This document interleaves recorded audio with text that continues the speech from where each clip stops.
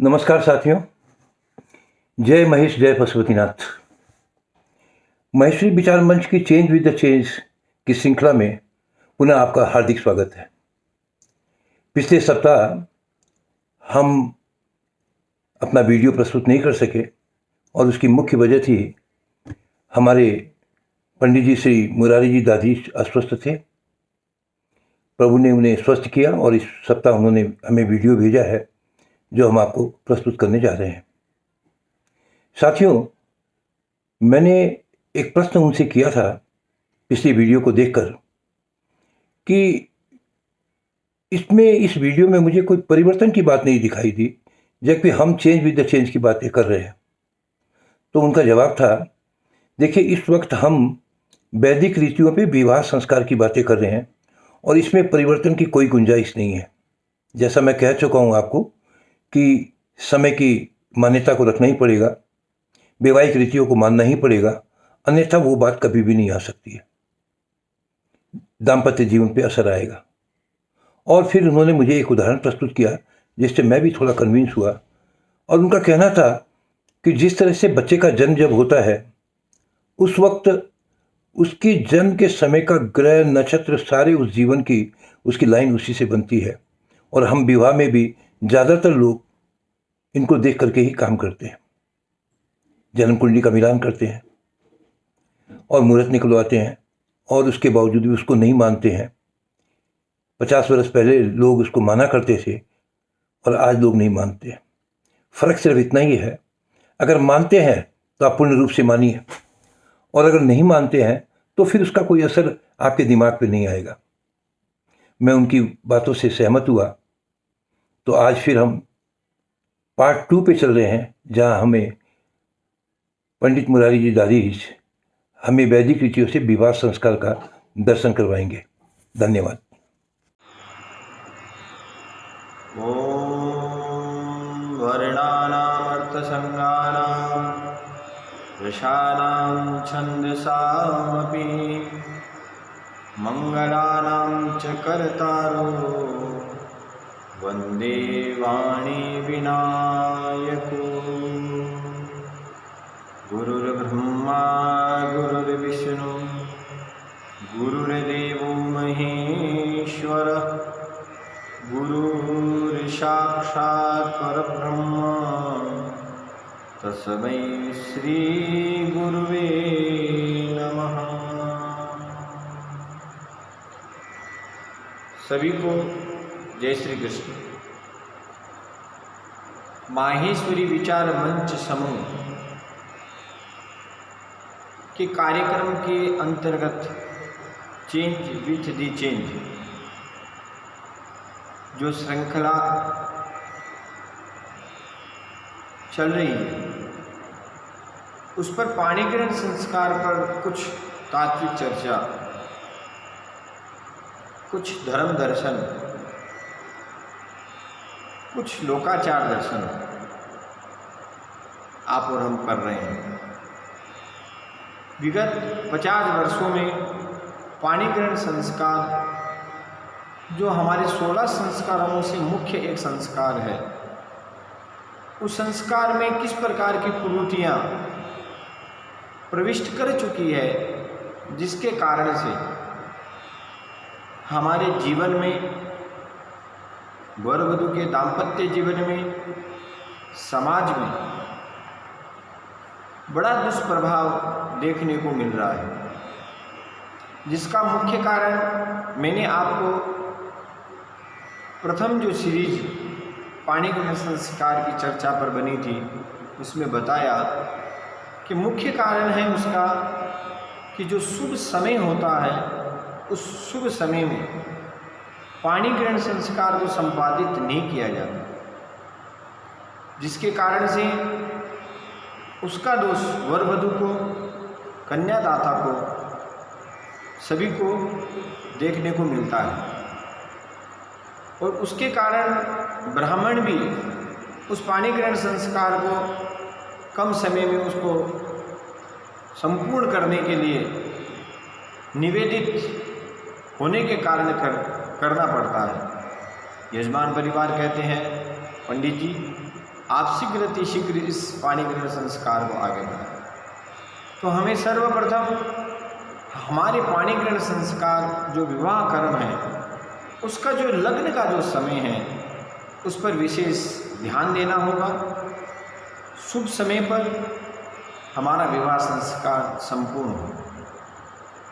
आइए, पिछले एपिसोड में मैंने आपको कुछ विवाह कर्म के कुछ बिंदुओं पर आपको दर्शन करवाया। आज कुछ बिंदु और आपके सम्मुख में लेके आया हूँ जिस पे आप और हम दर्शन करते हैं। प्रथम मैंने आपको करवाया कि जब कन्यादाता वर वधू जब मंडप में उपस्थित होते हैं, गणपत्यादि देवताओं का पूजन करने के बाद में कन्यादाता वर को विष्टर आसन के रूप में प्रदान करता है। आचमन, मधुपर्क, अर्घ इत्यादि वर राजा के नारायण तुल्य समझ करके पूजा अर्चना की जाती है। अब उसी श्रृंखला को आगे बढ़ाते हुए यहाँ कन्यादाता अब वधू के हाथ पीले करते हैं, जिसे अपनी लोकाचार भाषा में कहा जाता है हाथ पीला करना।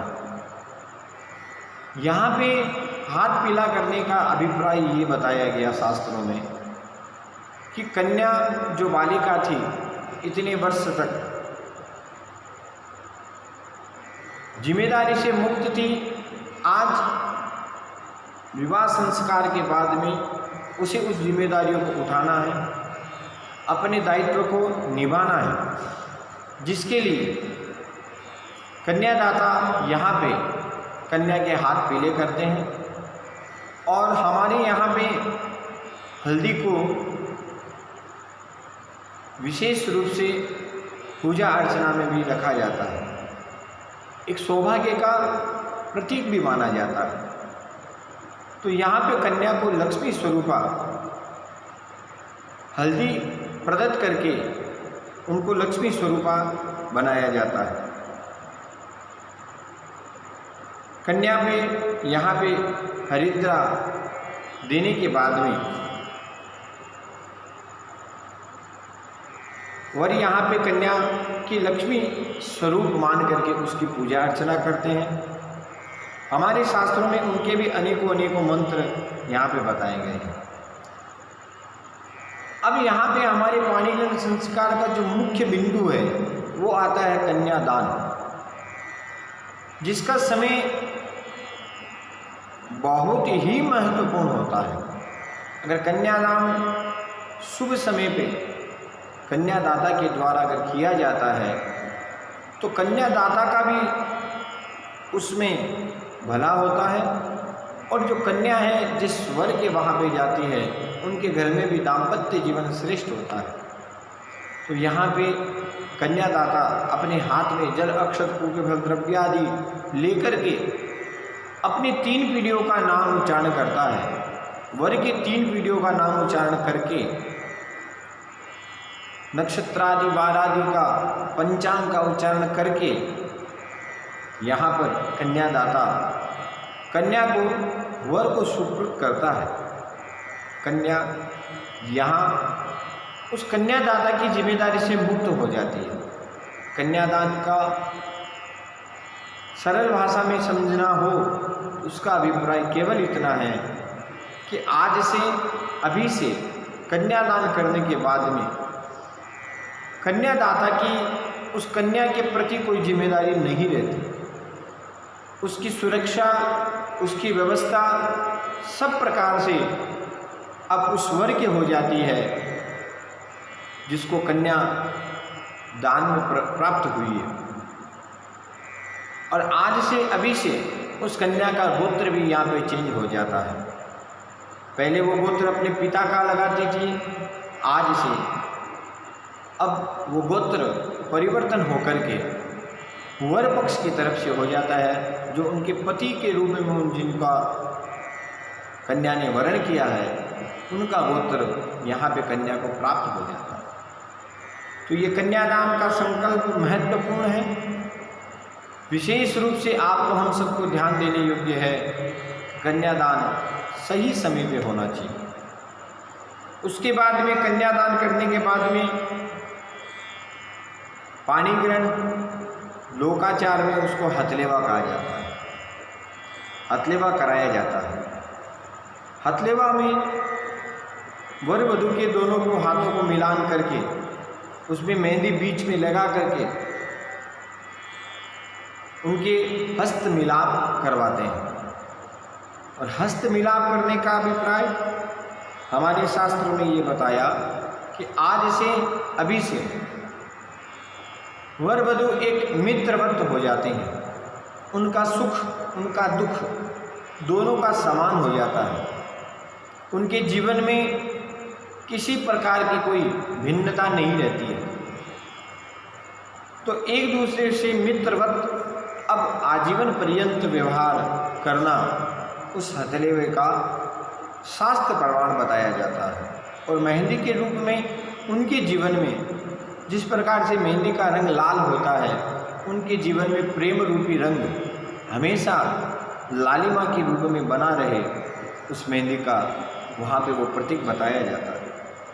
उसके बाद में गोदान भी यहाँ पे आता है। गोदान के बाद में यहाँ पे ग्रंथि बंधन किया जाता है। तो ग्रंथि बंधन भी एक हमारे विवाह संस्कार का मुख्य अंग है। ग्रंथि बंधन में 4 चीज़ें डाली जाती है, जिसमें अक्षत है, ध्रुवा है, पुष्प है, पूगी फल है। ये सब वस्तुएं डाल करके उनको ग्रंथि बंधन किया जाता है।